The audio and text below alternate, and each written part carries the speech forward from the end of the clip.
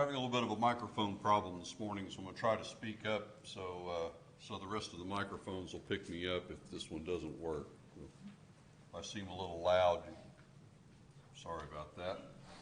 We're going to pick up where we left off today, being the 10th. We're in lesson 10 in the book. If you don't have, do we have copies back there?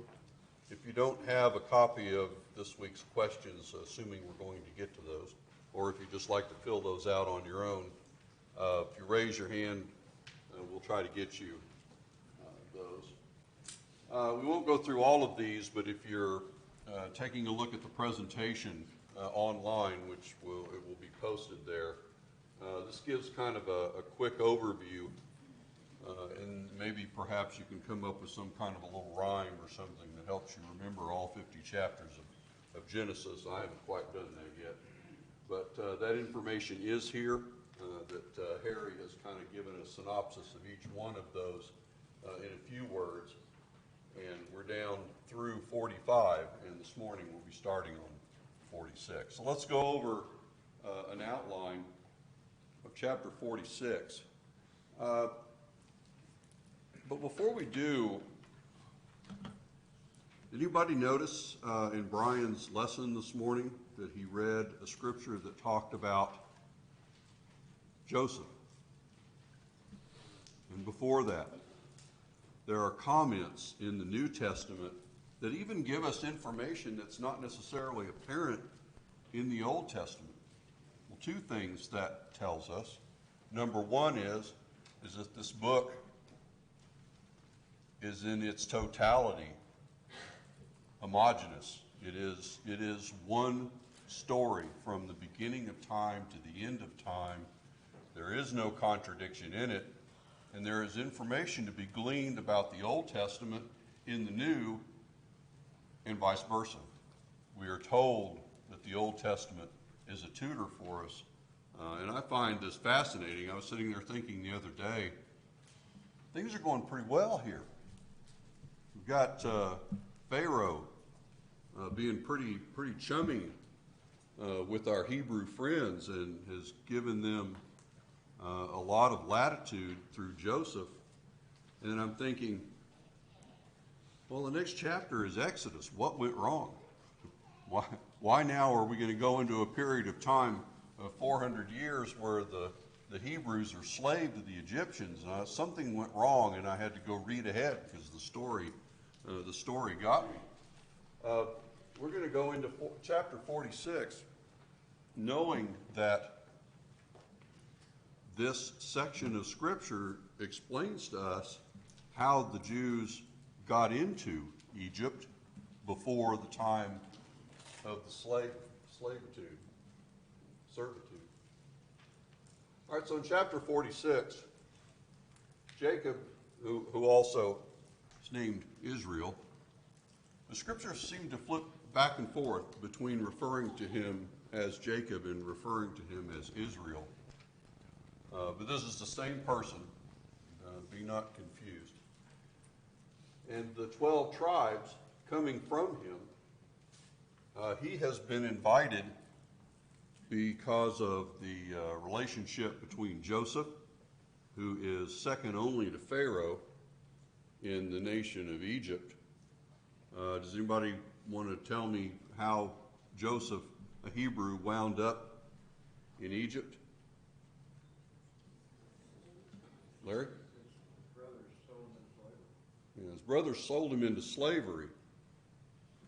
And yet, because of the grace of God and because of his abilities that God gave him, he was able to elevate to a point where he has not only interpreted dreams and set Egypt up to survive the famine, but we're going to see here very soon that Egypt is going to become an extremely rich nation because of Joseph.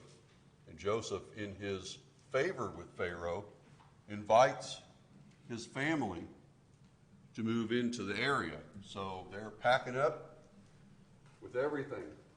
The family, the herds, possessions, and they stop in, I'm going to call it Beersheba because that's what everybody calls. Harry says that's wrong, so I don't speak Hebrew, so you forgive me for that one. Jerusalem is shown on there just as a reference. They started out in Hebron, and they stopped in Beersheba on the way to the land of Goshen.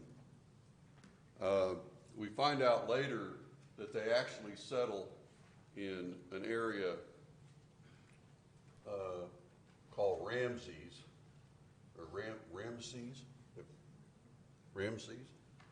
which is actually just a little bit left of the G there. But this is a fertile area in Egypt. And it seems rather strange that the Egyptians consider shepherds to be somewhat of an abomination as a career. And yet, they have to have livestock, right? I mean, it seems a little strange in their culture, but we're taking advantage of that here because they are given this fertile area to raise their families and raise their crops and their herds. So the rest of chapter 46 kind of reads like this, that when they stop in Beersheba, Jacob offers sacrifices to God. And then what happens? Why did they stop there? Does anybody have any bright ideas? Because I couldn't tell. It's on the way. We saw from the map that it's on the way to the area in Egypt where they're going, but there doesn't seem to be an explanation as to why he stopped. But he did stop. Abraham also did, didn't he? Abraham did also.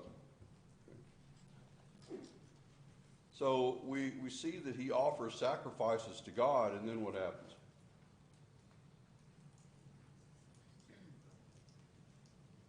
God speaks to him. One of the questions that we have on the sheet actually mentions that there are 4 things that God tells him when he speaks to him. It says in chapter 46, verse 4, I myself will go down with you into Egypt. I will bring you up again. Joseph's hand will close your eyes. He says, do not be afraid to go. Maybe that was the concern. Maybe they stopped there and he offered sacrifices to God because he was concerned to go into Egypt with everything that he had, and not just possessions, but all of his family. He has a lot of family. So the trip continues, and Joseph meets Jacob in Goshen. Joseph, again, is in Egypt. Jacob's coming down. And he meets him there, falls on his neck as the scriptures refer, and they have a reunion. It's been a long time since they've seen each other. And then Joseph instructs his brothers to tell Pharaoh that they are shepherds. Anybody else have anything on chapter 46 that they thought was interesting or odd? I point out that in verse 3, right before, it had talked about, in Egypt I'll make you a great nation. There's the great nation promise again that comes through, that we'll see again repeated along with the land promise. But you find this over and over being given to Abraham and Isaac and now Jacob. And this keeps on being the point, even though they're going down to Egypt, the promised land that they're going to be given is back in Canaan. Right. He says, I will bring you back up again. Right. But that's going to be a long time later, and he will not live to see it.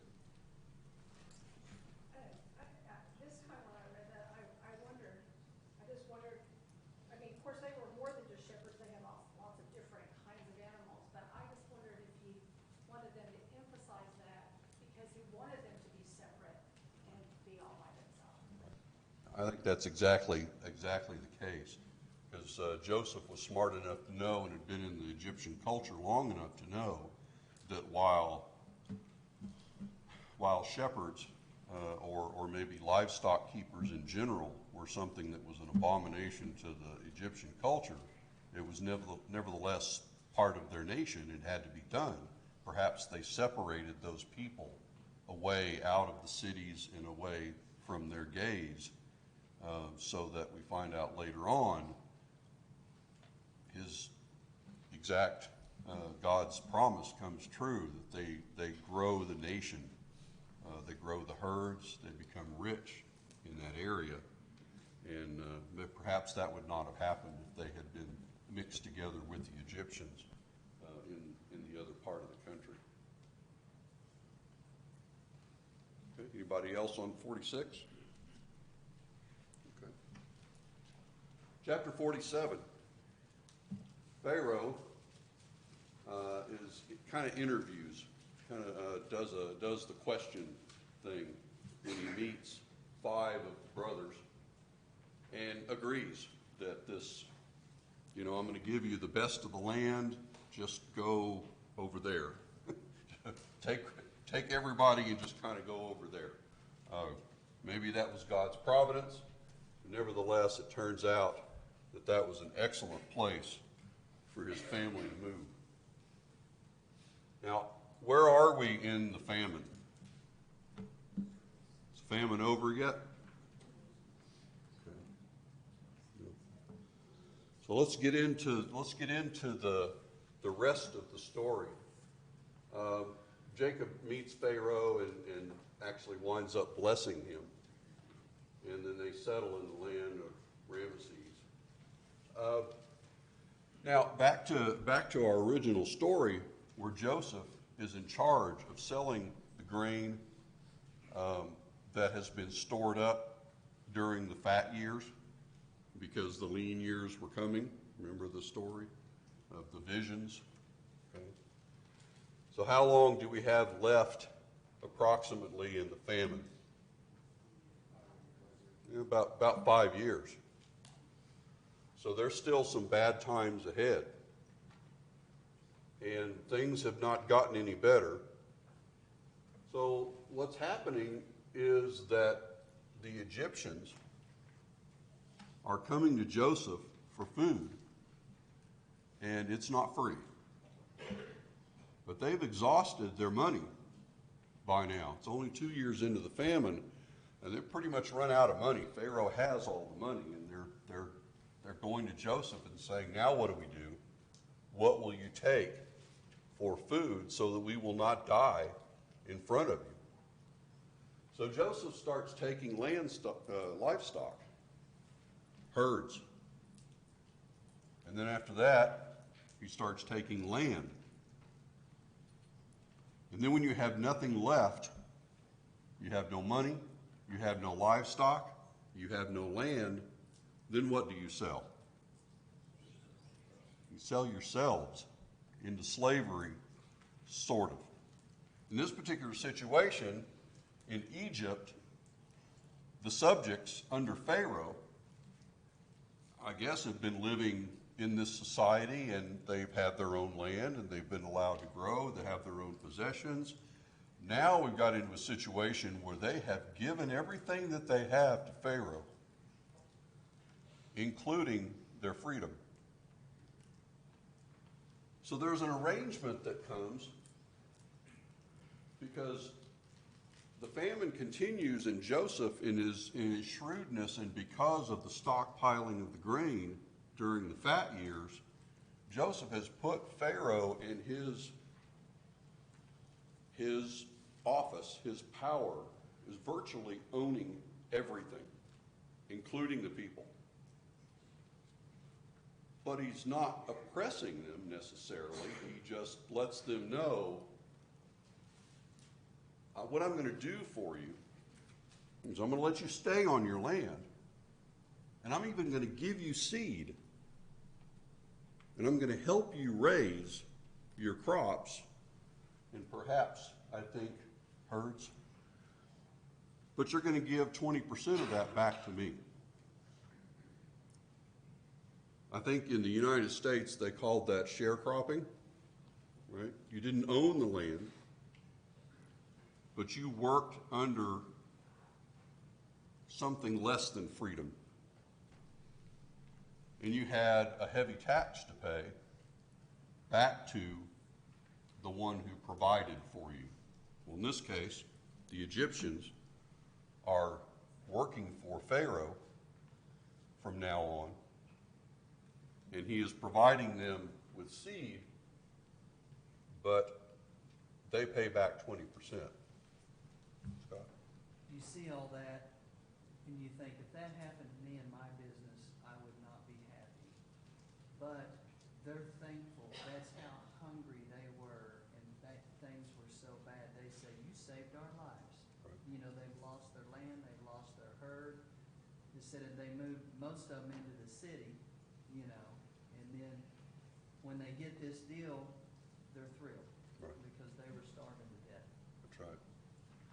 And we're understanding that this chain of events that has occurred is partly due to Joseph's shrewdness, but it's partly due to the providence of God, because Egypt would not have been in this situation had God not appeared in dreams and then had Joseph, through the power of God, explain what those dreams meant, knowing that we're going to have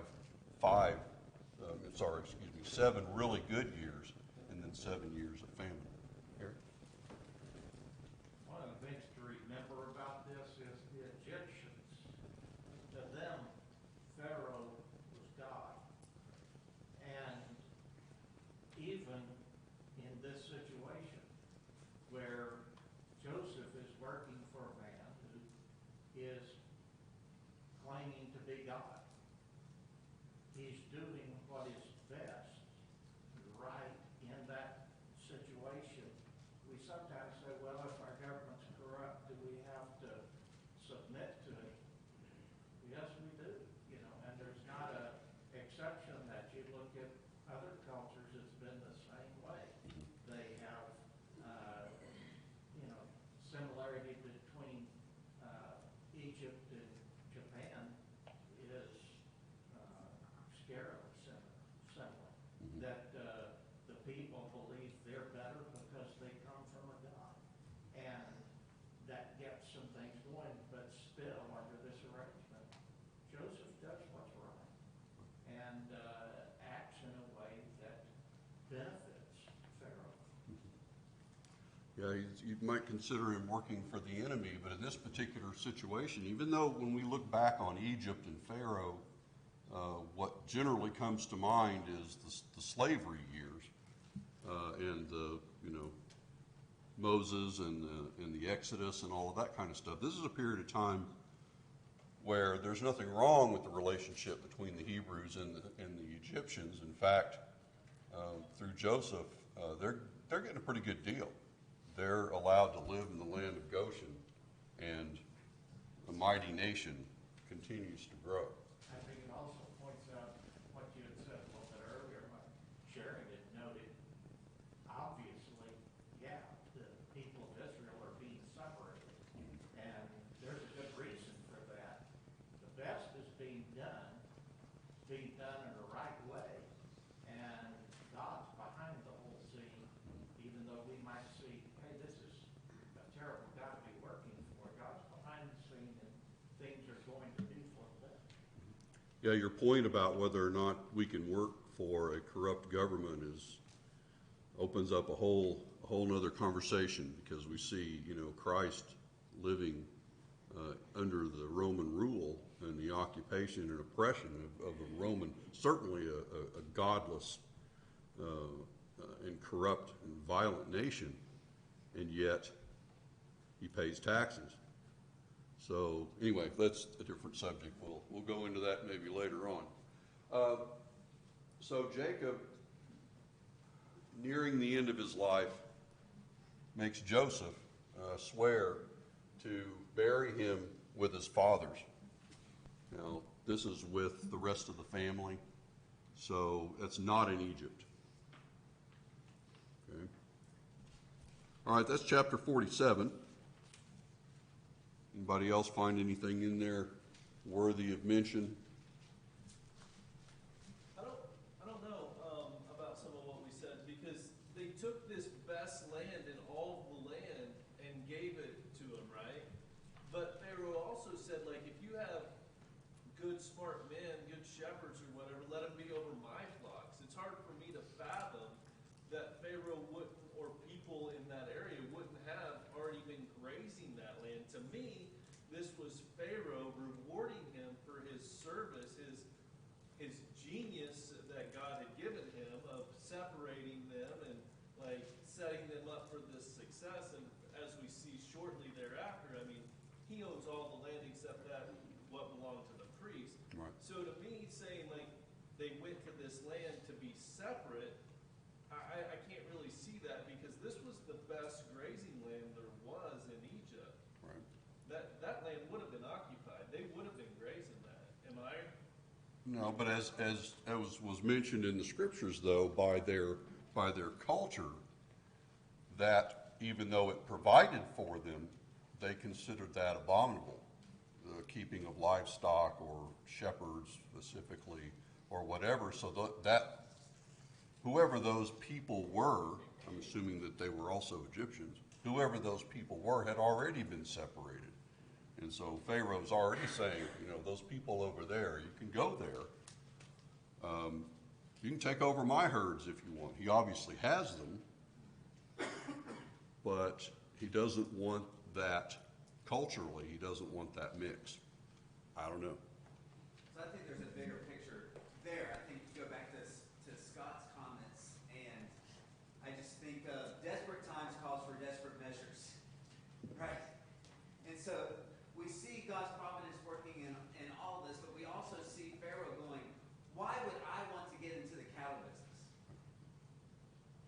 Something I really don't do well, and I've lost all this vegetation. And that's what 47 goes into, right, Harry, and the grain. And so you got to figure out a plan. And so what's the best plan to do? So I think Pharaoh does then figure out a plan. The best way is let them have my cattle. They do this well. We do this well. But at the time too is that I really don't want this here by me. Because Yeah. that's really not in Pharaoh in his mind what I stand for. Right. But if you ever want to know, why would anybody see the cattle stuff abominable, go to Hereford for about, a week or so, and just smell. Yeah. You, Yeah. you don't want to live there. Yeah. Some place has to have that. We all like You don't want to be there. We all like chicken nuggets, and we like turkey for Thanksgiving, and we like pork, but that doesn't mean we want a pig pen, a chicken farm, or a turkey farm in our backyard. I've been around some of those, and it's definitely something you want to keep way away from you. All right, let's move on. Chapter 48.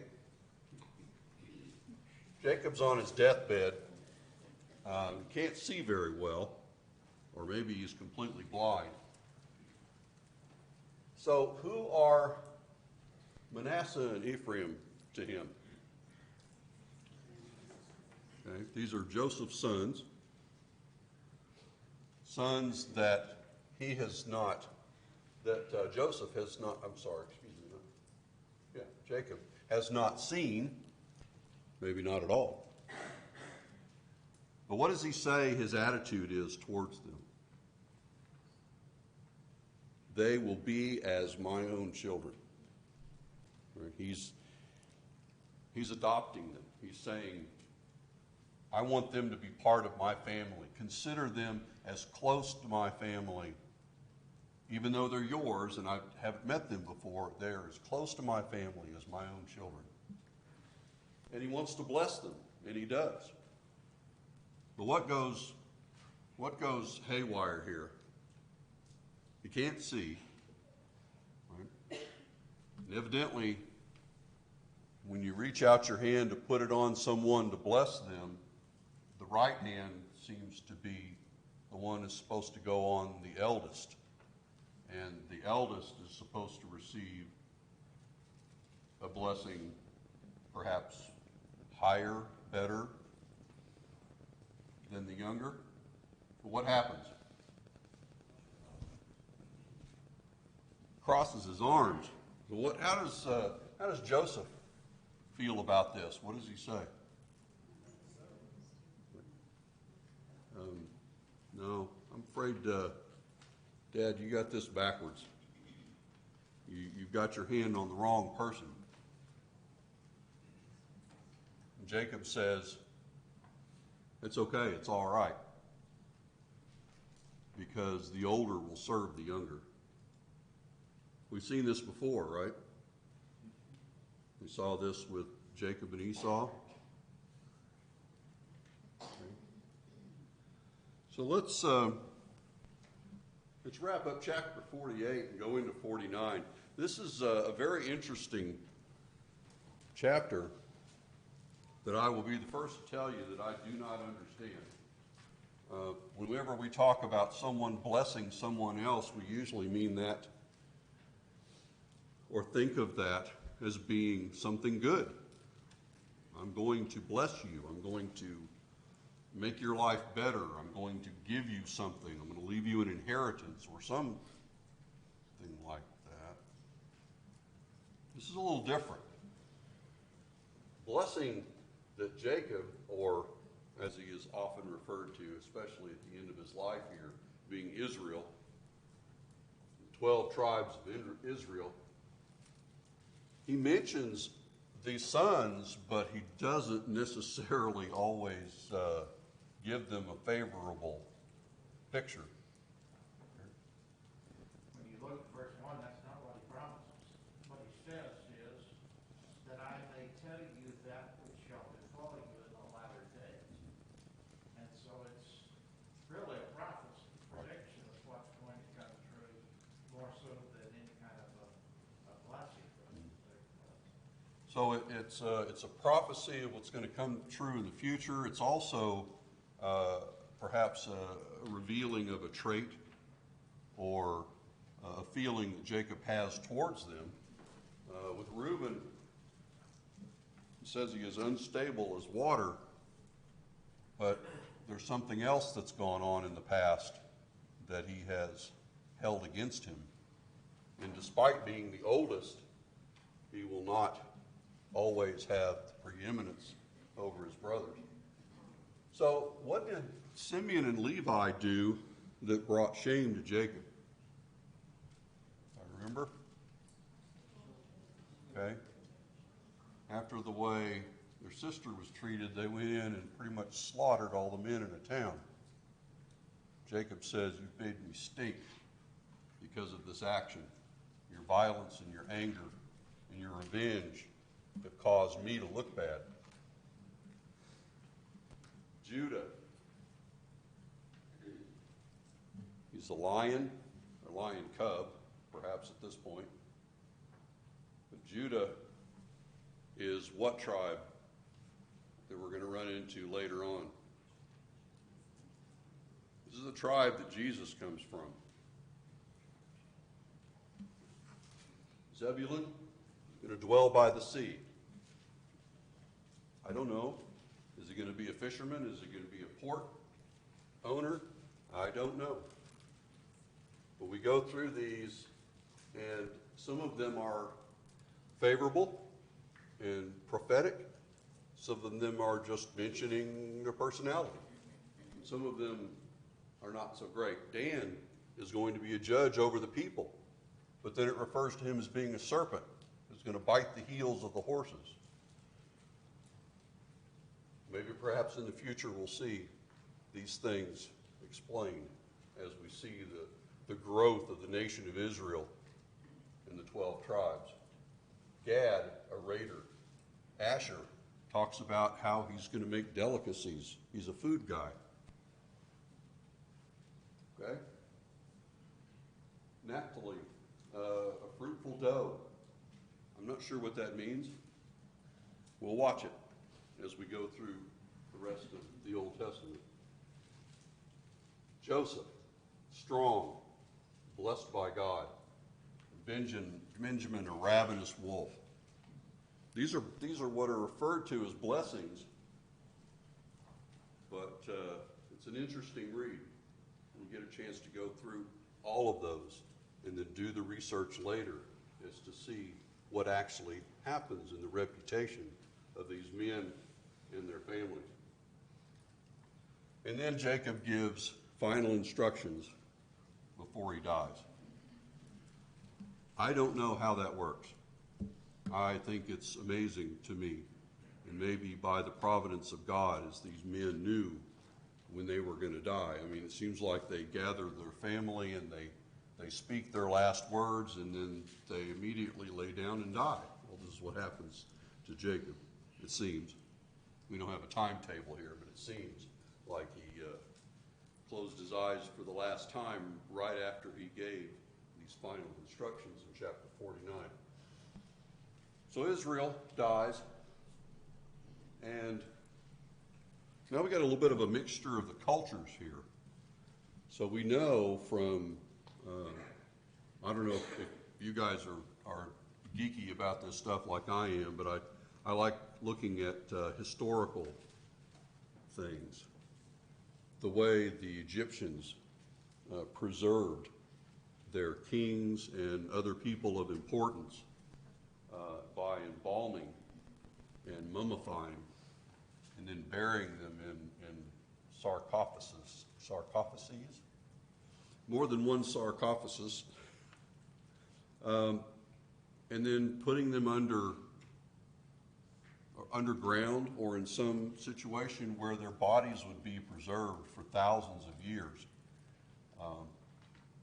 This is not what Hebrews do, typically. And yet, Joseph has some power in the nation of Israel, in the nation of Egypt, and he has Joseph, has Israel embalmed. How long does this take? 40 days. 40 days. I would be interested in knowing what all that process was, just because I'm that way. Pharaoh gives Joseph permission to travel. Now you got to remember, this is still when the Hebrews are seen favorably by Pharaoh. Also, Pharaoh has just come into a windfall, if there ever was one. He has gone from a nation, and even though his people treat him as a god, he now has all the money, all the herds, all the crops, all the people, and all the land. He is absolutely the owner of Egypt. And he's still friendly with Joseph. He says, sure, you made a promise to your father not to bury him here. Take him. Go bury him. So what is this great company of people that accompany Joseph when he goes to bury his father, when he takes his father's body back to Mamre? Is it just Hebrews? No. Egyptian. Yeah, it's a mixture of Egyptians who have understood the importance of Joseph and have understood that Pharaoh has given his permission and even provided for this family under Joseph and under Israel. So he takes him back, and the great company makes such a noise when they stop at the threshing floor of this person. They make such a noise that the people rename the location. Evidently, the wailing of grief and mourning was significant. And he is buried where? We've heard this place before, right? This is where all the other people in the family have been buried. All right, we'll move through this rather quickly. So after Joseph buries his father and comes back, his brothers are thinking, he's still powerful. He's got Pharaoh's ear. Is he going to remember that we sold him into slavery? And what is he going to do to us now that his dad's not watching over his shoulder? Is he going to hurt us? Is he going to get revenge? This section in this chapter is a great small little story about forgiveness and about not taking revenge. Because Joseph does not take revenge on his brothers. What does he say? You meant it for evil. God meant it for good. And Joseph then also, even though he's a little bit younger, he still at this point dies, and he is embalmed and buried as if he were Egyptian royalty, I believe. So we have all the questions, but we don't have the time. Was there any particular question that someone had problems with that we want to review? We've already flashed the lights once, and Randy's going to flash them again. Okay. So the reason why you want to fill these out, they do go back over and over again. New section goes back, and it allows you to study something a little deeper than what you would normally do when you read. Let's go to this one. Christ was from the tribe of Judah. Does anybody get that scripture or where that's mentioned? I found it 3 different times. Did you? I've got Matthew 1:3 in the genealogies, Luke 3:30 also in genealogies. It's also mentioned in Revelation, being in the tribe of Judah. 4. Okay, missed that one. Okay, great. Okay, well, I think we're out of time. So this Wednesday, Harry will continue, but we're going to wrap Genesis up together as a comprehensive study, and then next Sunday we'll move into, I believe, an overview of the book of Exodus. All right. Thank you.